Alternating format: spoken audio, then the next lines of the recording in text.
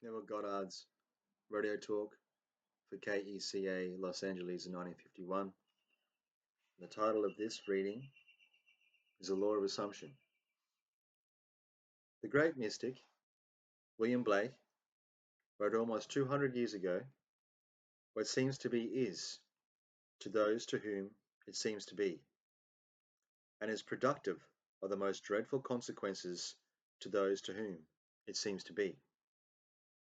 Now, at first, this mystical gem seems a bit involved, or, at best, to be a play on words, but it is nothing of the kind. Listen to it carefully. What seems to be is, to those to whom it seems to be. That is certainly clear enough. It is a simple truth about the law of assumption and a warning of the consequences of its misuse. The author of the Epistle of Romans declared in the 14th chapter, "I know and am persuaded by the Lord Jesus that there is nothing unclean of itself, but to him that esteemeth anything to be unclean, to him it is unclean." We see by this that it is not superior insight, but pure blindness that reads into the greatness of men some littleness with which it chances to be familiar, for what seems to be is, to those to whom it seems to be. Experiments recently conducted at two of our leading universities revealed this great truth about the law of assumption. They stated in their releases to the newspapers that after 2,000 experiments, they came to the conclusion that what you see when you look at something depends not so much on what is there as on the assumption you make when you look. What you believe to be real physical world is actually only an assumptive world. In other words, you would not define your husband in the same way that your mother would. Yet, you are both defining the same person. Your particular relationship to a thing influences your feelings with respect to that thing and makes you see it in an element which is not there. If your feeling in the matter is a self element, it can be cast out. If it is a permanent distinction and the state considered, it cannot be cast out. The thing to do is to try. If you can change your opinion of another, then what you now believe of him cannot be absolutely true, but relatively true. Men believe in the reality of the external world because they do not know how to focus and condense their powers to penetrate its thin crust. Strangely enough, it is not difficult to penetrate this view of the senses. To remove the veil of the senses, we do not employ a great effort. The objective world vanishes as we turn our attention from it. We have only to concentrate on the state desired to mentally see it, but to give reality to it so that it will become an objective fact, we must focus our attention upon the desired state until it has all the sensory vividness and feeling of reality. When, through concentrated attention, our desire appears to possess the distinctness and feeling of reality, when the form of thought is as vivid as the form of nature, we have given it the right to become a visible fact in our lives. Each man must find the means best suited to his nature to control his attention and concentrate it on the desired state.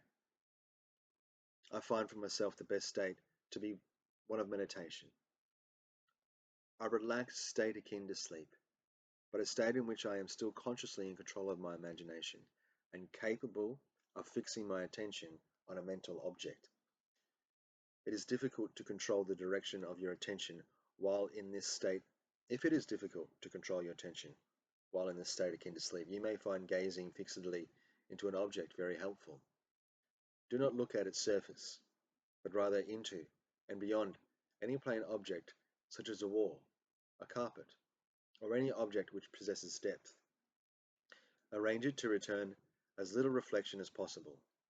Imagine, then, that in this depth you are seeing and hearing what you want to see and hear until your attention is exclusively occupied by the imagined state.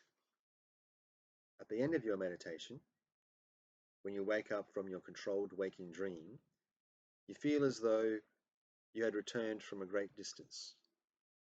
The visible world which you had shut out returns to consciousness, and by its very presence informs you that you have been self-deceived into believing that the object of your contemplation was real. But if you remain faithful to your vision, this sustained mental attitude will give reality to your visions, and they will become visible, concrete facts in your world. Define your highest ideal and concentrate your attention upon this ideal until you identify yourself with it. Assume the feeling of being it, the feeling that would be yours were you now embodying it in your world. This assumption, though now denied by your senses, if persisted in, will become a fact in your world. You will know when you have succeeded in fixing the desire state in consciousness simply by looking mentally at the people you know. This is a wonderful check on yourself, as your mental conversations are more revealing than your physical conversations are. If, in your mental conversations with others, you talk with them as you formerly did, then you have not changed the concept of self. For all changes of concepts of self result in a changed relationship to the world. Remember what was said earlier. What you see when you look at something depends not so much on what is there as on the assumption you make when you look. Therefore, if the assumption of the wish fulfilled should make you see the world mentally as you would physically were your assumption of physical fact, the spiritual man speaks to the natural man through the language of desire. The key to progress in life is to the fulfillment of dreams lies the key to progress in life and to the fulfillment of dreams lies in the ready obedience to the voice.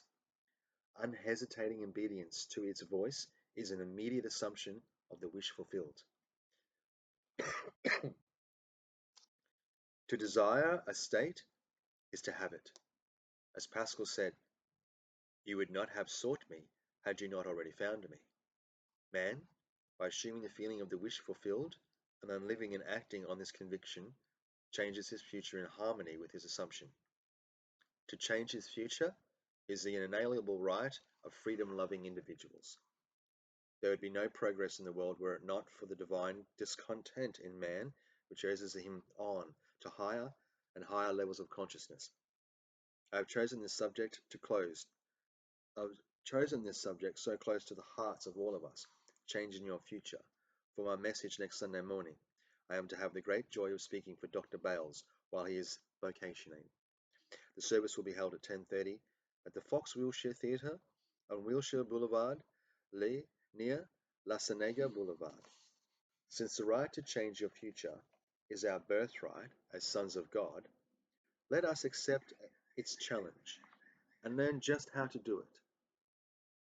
Again today, speaking of changing your future, I wish to stress the importance of a real transformation of self.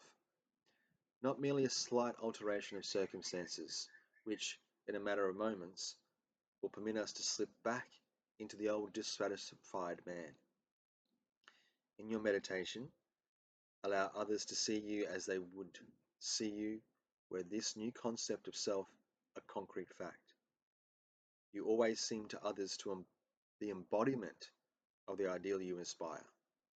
Therefore, in meditation, when you contemplate others, you must be seen by them mentally as you would be seen by them physically, were your conception of yourself an objective fact.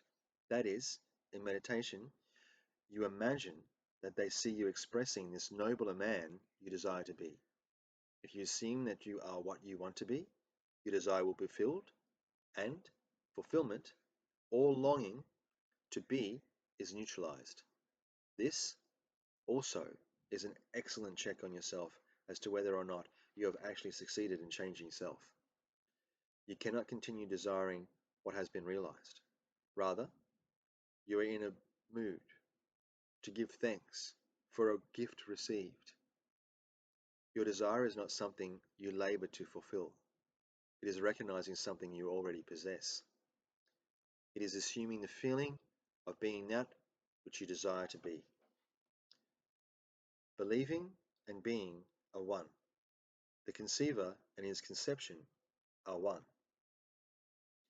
Therefore, that which you conceive yourself to be can never be so far off as even to be near, for nearness implies separation. If thou canst believe, all things are possible to him that believeth. Faith is the substance of things hoped for, the evidence of things not yet seen. If you assume that you are that finer, nobler one you wish to be, you will see others as they are related to your high assumption. All enlightened men wish for the good of others. If it is the good of another you seek, you must use the same controlled contemplation. In meditation, you must represent the other to yourself as already being, or having, the greatness you desire for him. As for yourself, your desire for another must be an intense one. It is through desire that you rise above your present sphere, and the road from longing to fulfillment is shortened. As you experience in imagination all that you would experience in the flesh, were you or your friend the embodiment of the desire you have for yourself or him. Experience has taught me that this is the perfect way to achieve my great goals for others as well as for myself. However, my own failures would convict me were I to imply that I have completely mastered the control of attention. I can, however, with the ancient teachers say, this one thing I do, forgetting those things which are behind, and reaching forth unto those things which are before, I press towards the mark for the prize.